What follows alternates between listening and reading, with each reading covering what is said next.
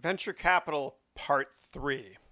And we're covering a lot of venture capital topics because a lot of the topics within the venture capital industry are relevant to starting a company, starting a new division, working at a large corporation, raising money, meeting potential investors, creating disruptive ideas, etc. Okay, great.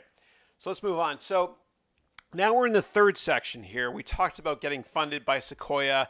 We're not done with Sequoia yet. We're still going to deal with them, but we're also dealing with Kleiner Perkins in this round. So we're now in years 3 to 4 on our journey. In terms of what's next after this, eventually we'll get ready to go public, and then we'll work on maybe breaking up the company or filing for Chapter 11 or selling the company. I'm not going to ruin the surprise for you though. But needless to say, moving through this entire life cycle of a company covers all of the most important topics that you can possibly cover in business education. Okay, so let's move on. Find your passion. Okay, I'm going to repeat this over and over again. If you get out of bed in the morning and you tell yourself you're going to work, then you're doing it wrong. I want you to find what you're most passionate about in life and go after your goals. And we'll do a goal setting workshop later on, which will help you to kind of refine and crystallize what it is you want to accomplish. Okay, so we talked about the jockey being more important than the horse. Investing in the right management team is always incredibly important. As such, venture capital firms tend to always want to bet on the best athlete. Okay, the best athlete. And so we're going to go through a case study. And we're going to deal with a baseball superstar. I'm a huge baseball fan. The Toronto Blue Jays is my team. But we're going to talk about the best player in baseball right now, which is a guy named Giancarlo Stanton. And Giancarlo Stanton plays for Miami. And so he's the best athlete. I thought it'd be fun to talk about in these terms. And Giancarlo also, hypothetically, created a company called PayPal, right? And PayPal, we all know what this brand is. It's basically a way to pay for stuff online instead of just using Visa, Amex, etc. Okay, so Giancarlo is the best athlete there is out there. Okay, so what he did is he designed a proof of concept or a sample product for a revolutionary new payment terminal, or what is referred to as a POS, which is a piece of, it's a proof of, or point of sale product. Okay, so it's a payment terminal, and there's the image of it right there. It's kind of like Square, okay, for this hypothetical example. So he's got kind of a test version or a proof of concept version of this terminal, okay? But he needs $1 million to build a real version of it, not just a prototype version, a real version. And so here comes Sequoia. And Sequoia is the best venture capital firm in the world. And they want to back him. Why? Because they've been incredibly successful in the past backing the best athletes or the best entrepreneurs. And they think they're going to make a 50% return per year over 5 years. Okay. So again, venture capital firms always invest in the very best athlete. Giancarlo Stanton is the best athlete in this example. So when Giancarlo launched his payment company last year, he had $10,000 in equity capital or of his own money. Okay. And he decided to launch the company then last year with 2 million shares. Okay, don't overthink this. Just accept 2 million shares, right? He needs to negotiate with Sequoia on how many shares they're going to get in his company in return for money that he can use to fund his growth. Okay, so Sequoia and Giancarlo agree that in 5 years his company is going to make $1 million in net income. That's pretty good. 5 years from now, he'll make $1 million. Okay, a competitor of Giancarlo's just went public, just did initial public offering. Okay, went in the stock market. And this competitor did this at a valuation of $20 million, and this competitor had $2 million in income. That means the price earnings ratio is $20 million valuation, the price, divided by the earnings, 2 million, 10 times. Okay, a 10 times PE multiple. Okay, a big competitor of Giancarlo's went public at a 10 times PE multiple. So in 5 years, Giancarlo wants to go public as well. Okay, and so the valuation of his company in 5 years should be as follows. If the competitor of Giancarlo's firm is public and trades at 10 times earnings, then his firm should trade at 10 times earnings in 5 years. So in 5 years, Giancarlo's firm is going to make $1 million.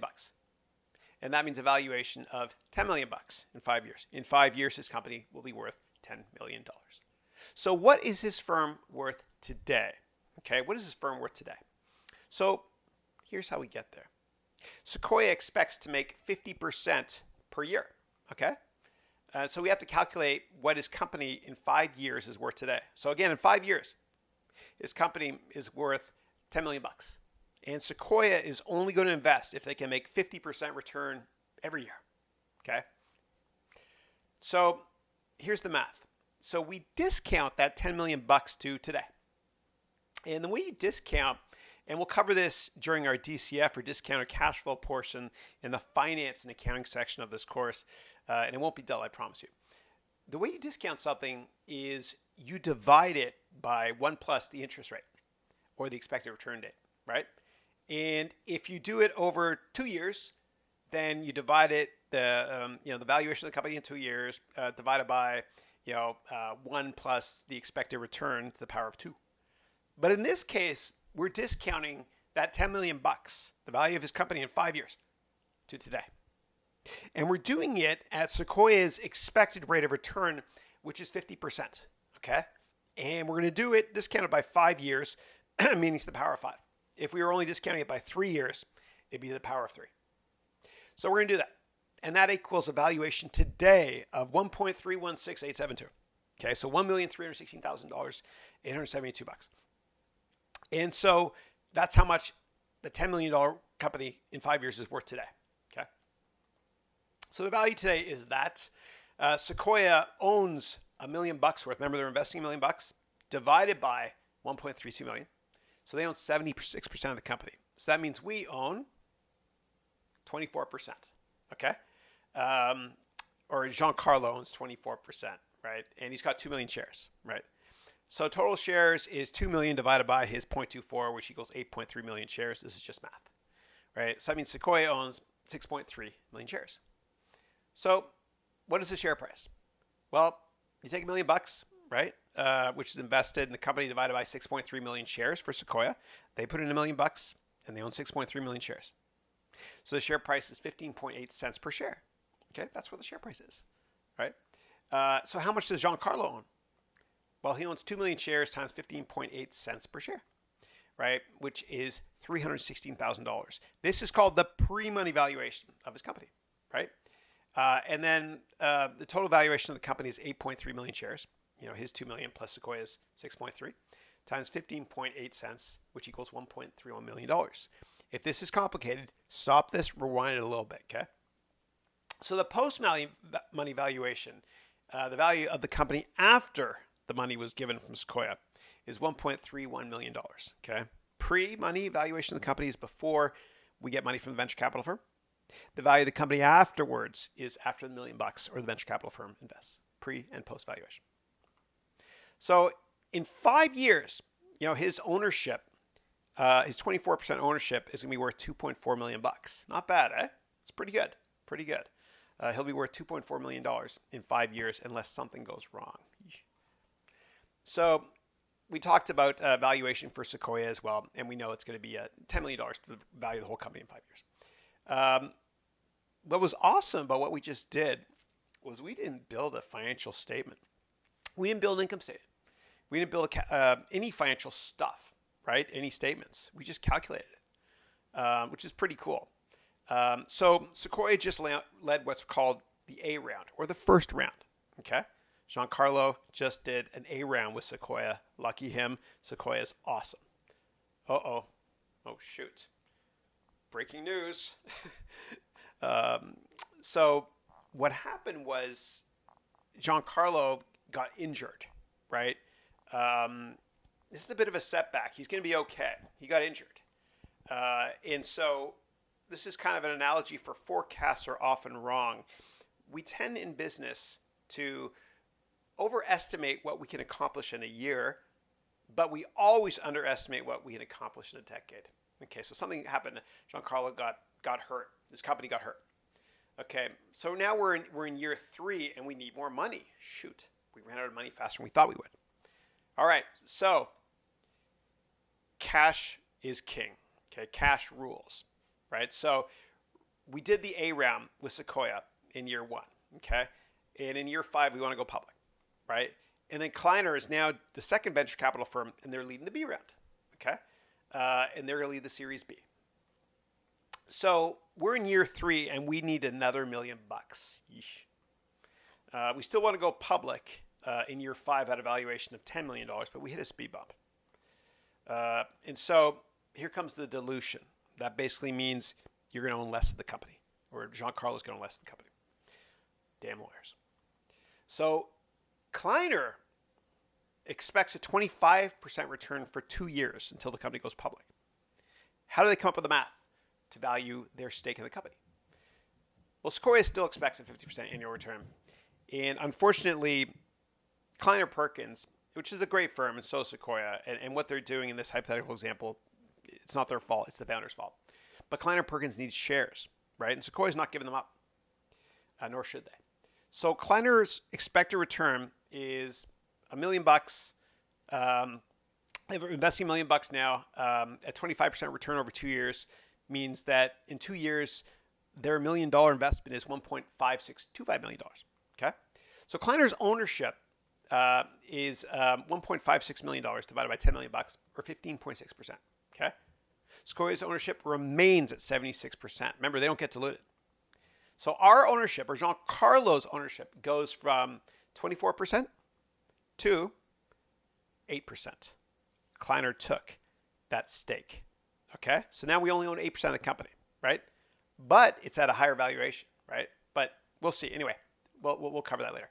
So how many shares do you own now, or how many shares does Giancarlo own now, right? So in total, there's 24 million shares. So in the A round, we issued 24 million shares to Sequoia. They own 18 million shares. In the B round, 15.6% of the company was given to Kleiner. That's 3.7 million shares for them. And before we got diluted, we owned 24% in the A round. After the B round, we now own 8.4%. Yeesh, we got diluted big time. Okay, it actually gets worse because we and Giancarlo forgot about employee ownership via stock options. Remember, you always want to incentivize employees, right, by giving them options, right? And these options only vest or become valid, or you're allowed to cash them in every 4 years, right? So it's golden handcuffs keeping you in place as an employee. Okay. So before we move on, let's analyze the pie chart. This is pie I've eaten, and this is pie I have not yet eaten. Not funny?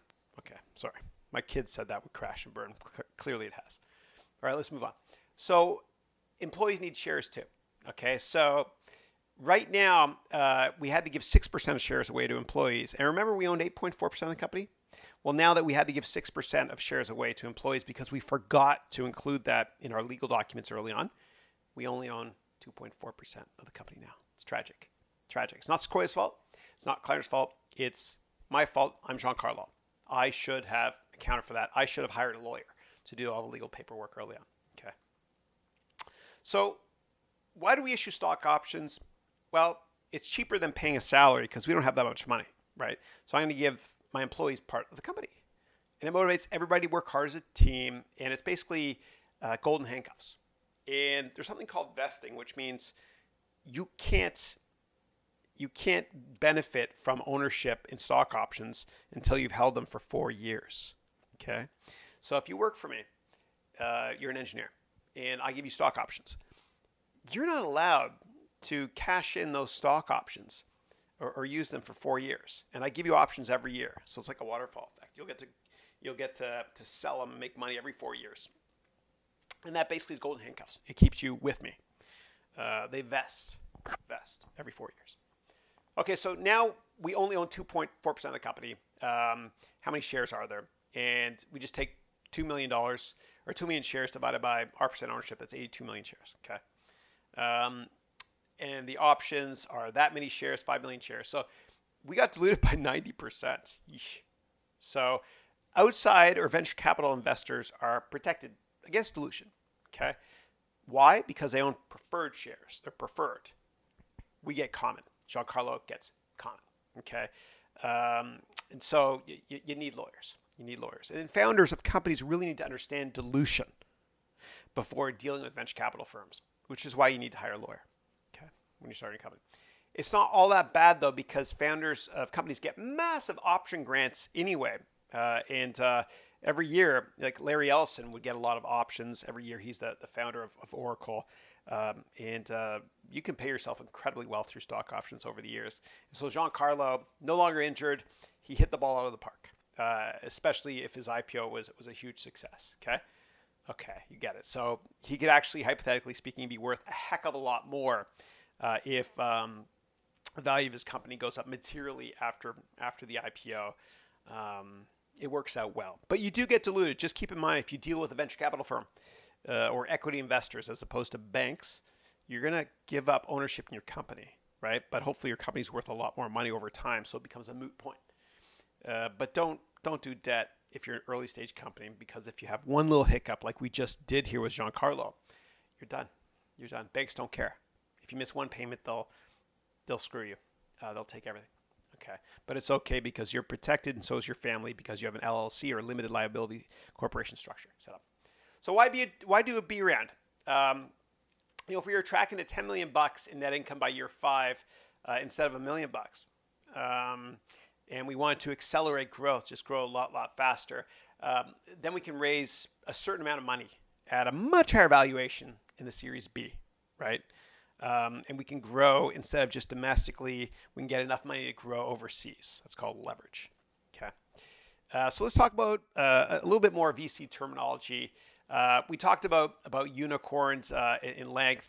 The probability is less than 0.07% of having a unicorn or $1 billion plus valuation company. I want to talk about black holes or Walking Dead. Okay. So a lot of deals end up just breaking even or a black hole. So you just got to know when to fold. If you worked a couple of years in your venture and it's not going anywhere, that's cool, man. Just shut it down and move on. A lot of the most successful entrepreneurs in the world have failed many times before they succeeded. Michael Jordan once had this great quote. He's the best basketball player of history, of course, in history. He said that I failed many times in life, and that is why I succeed. Okay. So venture is very hard. In order to return the capital on a $400 million fund, you have to have 20% of your fund or 2 unicorns in your fund. It's really tough, especially when you get bigger funds. Bigger funds, it's harder to make a lot of money on because there are fewer investment opportunities because you have to invest big amounts in companies like, I don't know, Uber or Airbnb, whatever it might be. Okay, great. So we talked about unicorns. It takes about 7 years on average from founding to IPO. In San Francisco now, actually, interestingly enough, and not the valley, meaning not the area south of San Francisco, is the new home of unicorns. And the average founder age is 34, a lot of young people here. And in terms of number of founders per company, there's usually a couple. There aren't that many companies with just one founder anymore, right? We talk about the odds of creating a $1 billion plus company. It's tough. It's tough. So San Francisco is now the home of all the cool companies. Okay, so the valley, which is on that graphic south of that little green square airport logo, the valley is where all the old school companies are, right by Stanford.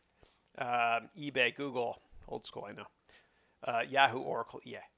And all the cool new companies are up in San Francisco there, like Airbnb or Uber or Salesforce. AppDirect, Udemy, of course, which is an awesome company, by the way. Square, Zynga, yada. You get it. So the new disruptive tech companies are up in the city. San Francisco is seeing a big renaissance, and the old boring tech companies are down in the valley. Okay, and so Salesforce.com, Mark Benioff. Oops.